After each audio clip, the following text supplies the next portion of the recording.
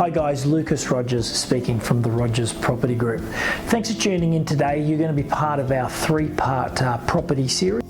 First of all, we're going to be going through interest rates. Secondly, we're going to be going through property values. And third, we're going to be having a look at rents and how they're fluctuating at the moment.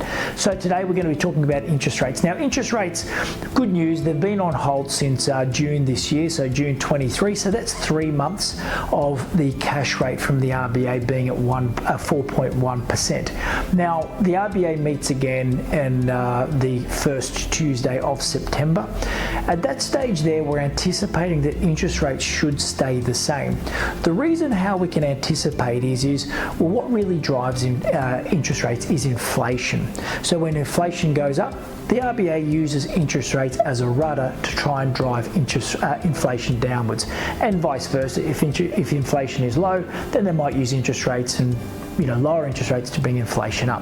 So at the moment, inflation, well, the start of this year, inflation was running at about 1.8% per quarter. Now, when that's annualized out, that goes up to over 6%. The RBA's guidelines are between 2 and 3% is where they want to keep inflation. Now, the latest figures for the second quarter of this year came in at 0.8%. Once again, if we annualize that, so we times it by 4, well, that comes in at 3.2%. So 3.2% inflation is just outside the RBA's guidelines, so it's still very, very good.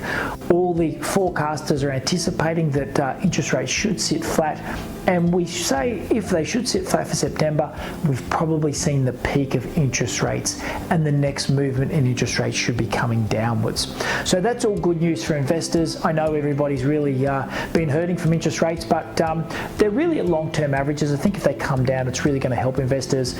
Rents are going up, and so property portfolios are going to be even more cash flow positive. So guys, if you want to read the full report, jump on our website and have a look, and stay tuned for part number 2, property values. Thanks guys.